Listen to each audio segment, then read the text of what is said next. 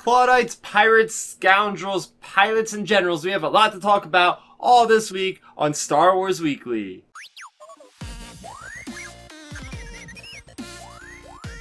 Hello fellow Star Wars fans, it is Star Raptor here, and as always, I'm super amped to talk to you guys about Star Wars. It's been buzzing lately with all the news coming out of D23, but that's not all because we have lots to talk about as far as the publishing is concerned. We have a book and plenty of comics to talk about this week. So starting off with a brand new novel. This is Star Wars Galaxy's Edge Black Spire, written by Delilah S. Dawson. It also comes with this really cool poster if you buy it from Barnes & Noble. There we go, Galaxy's Edge, the theme park, and now Disney World plus Disneyland. And they also have this really cool hand-drawn kind of map there. Okay, so Black Spire. Real quick, I am not done with the book yet, so this is my first impressions of Black Spire. So far, I'm enjoying this immensely. Like, this is the medicine I need right now because we've had some pretty serious books, dire serious books that have come out, such as Thrawn Treason as well as Alphabet Squadron. This is more of a fun Star Wars book if you put it the simplest way possible. Delilah S. Dawson has these characters that were from her previous book, you know, Phasma. We have the character of Vi Marathi as Spy of the Resistance, plus we have Cardinal. Yeah, so they're both in this one. This is actually one of the books that could almost be considered Journey to the Rise of Skywalker because it's taking place between The Last Jedi and The Rise of Skywalker. There is approximately like a year gap.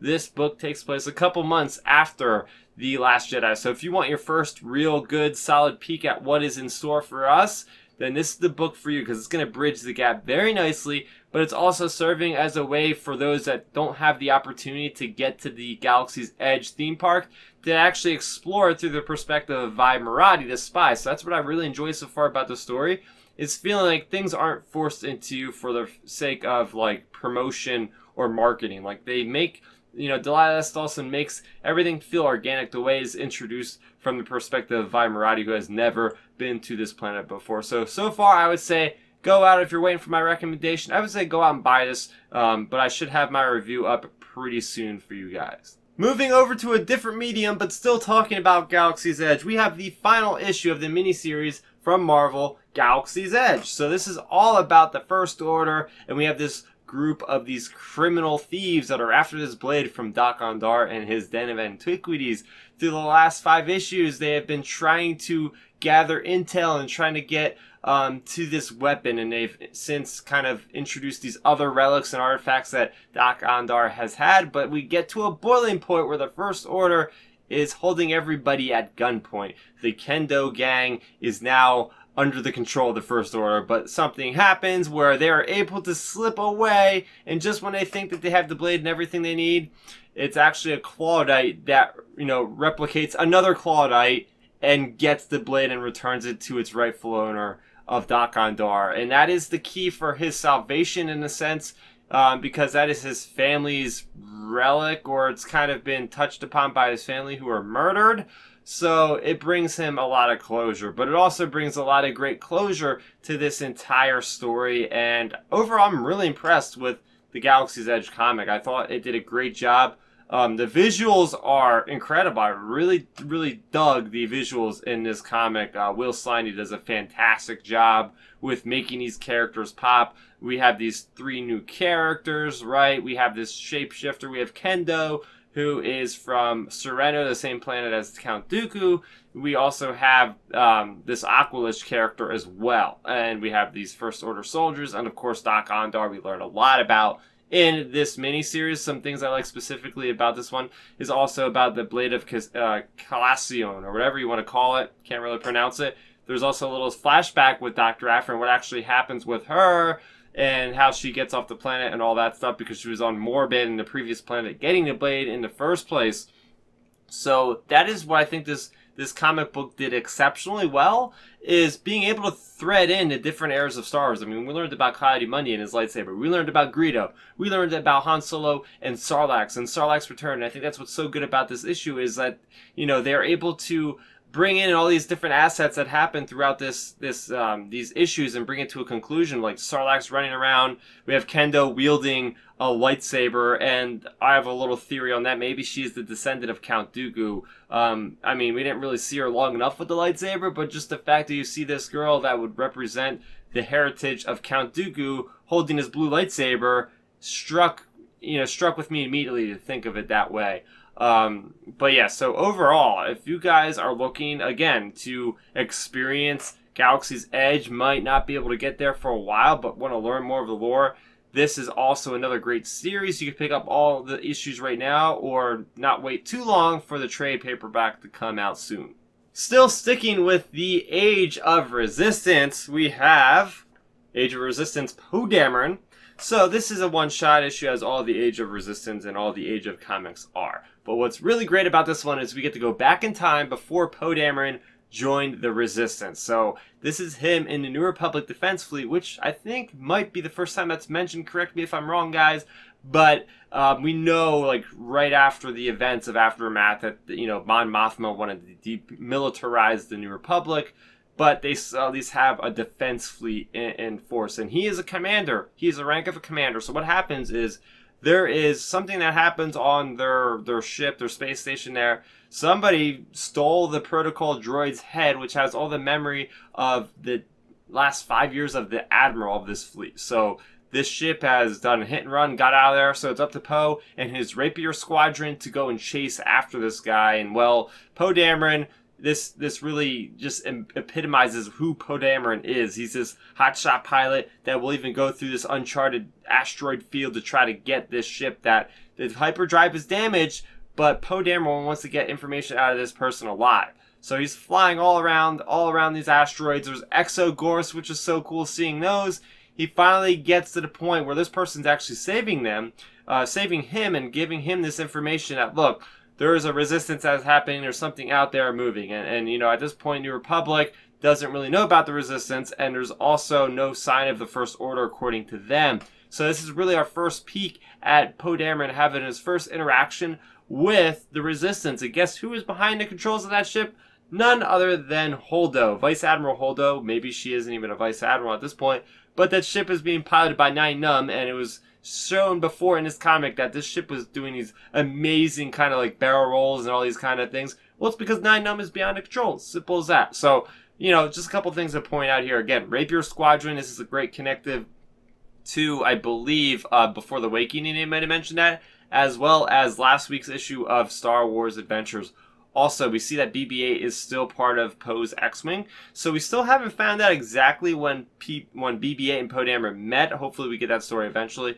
The T-85 X-Wings, again, correct me if I'm wrong, but I think that's what they are. The T-85 X-Wings are sleek, man. They are so cool. They got to make some X-Wing miniatures from Fantasy Flight Games has to get on those because they look so awesome. I love the blue color. Again, I love like all the aesthetic of the New Republic stuff. We've seen it a little bit in Star Wars Resistance TV show.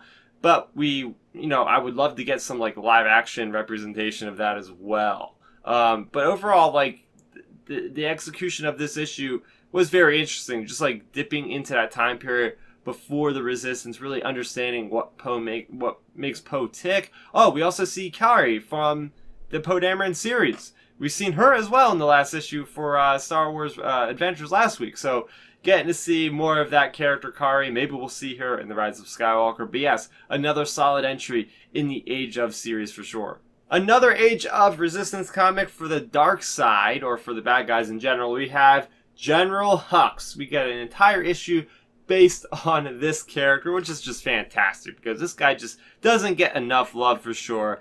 And we learn all about his backstory as far as like him growing up from the first panel in this issue, him growing up on a Star Destroyer during the Empire and getting just like, this poor kid was traumatized. Remember, he's a bastard child of General of Brendel Hux, so he's looked down upon when he's a little kid because he's not legitimate. So he continues to be clumsy and things, spilling things, and it's just shown that everybody basically just spits in his face and doesn't really care about him. And then we fast forward to the present time, right before The Force Awakens. Him and Kylo Ren have basically crashed to this planet. It's uncharted. Their communications is out. they are marooned, and that's the story. That's the name. The story's name, by the way. And they are walking around this environment, and we see that Kylo Ren is helping save Hux, but it's only because he is also in harm's way. He's just trying to save himself, and in turn, accidentally helping Hux. So they get to the point where they find this person who is an ex-rebel soldier, and he had left the world of Alderaan before it was destroyed, and he kind of just like held out on this planet with his blockade runner, which is really cool, by the way. So he had no idea that Alderaan was destroyed. He had no idea, he had no idea that the Death Star was destroyed. He had no idea that the Death Star 2 even existed, and that was destroyed. And then the poor guy gets conned by General Hux, and is told that, oh yeah, they are the good guys, until, they use his ship to call down the First Order, who end up basically just leaving this guy on the planet and using that planet as the future target practice for Starkiller Base. So we find out that General Hux said, okay, it was a setup. Somebody obviously set my shuttle to get destroyed, and I actually know who it was. And it actually goes back to the flashback, which is great writing, by the way, and saying that this admiral was the guy that was from Imperial times. He was actually still part of the First Order. And it shows you how ruthless Hux is, because Hux just asks for Phasmo's weapon, confronts this guy, and just kills him in cold blood, right on the bridge of this Star Destroyer, like in front of all these people.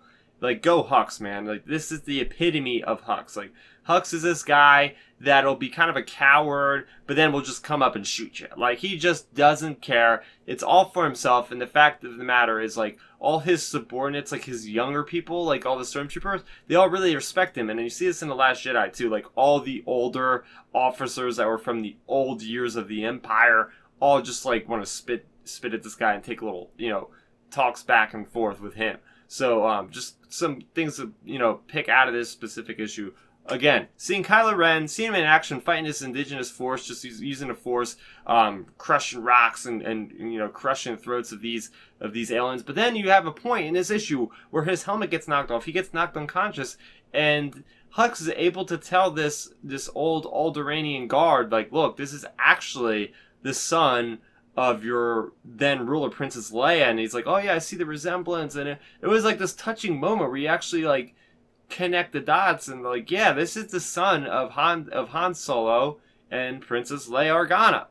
So there's little cool moments like that, which I really enjoyed. Of course, seeing that Hux and Kylo relationship is them having to work with each other. They have no other way out of this situation unless they help each other out. So they're forced to communicate, which they do not want to do, and see that there.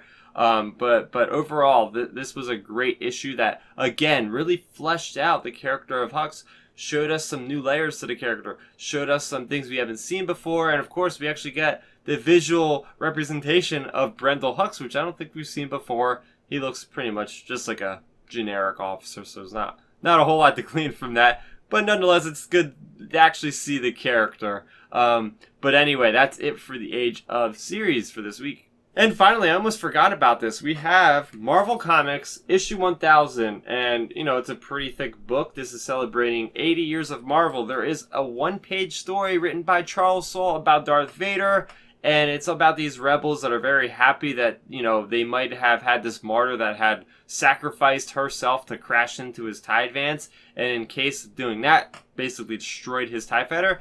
So all these rebels are just very thankful for this pilot that sacrificed herself, saying, yes, Vader's finally dead, but they spoke too soon because Vader actually is alive, gets out of the wreckage, ignites his lightsaber, and I think we can assume what is going to happen after that. So, very short, very concise issue. It's nice that Star Wars is part of like the 80th anniversary of Marvel to show that it really did help out the Marvel brand out of a really dark time back in the 70s when, Marvel was about to go under, and, Star Wars kind of saved its butt.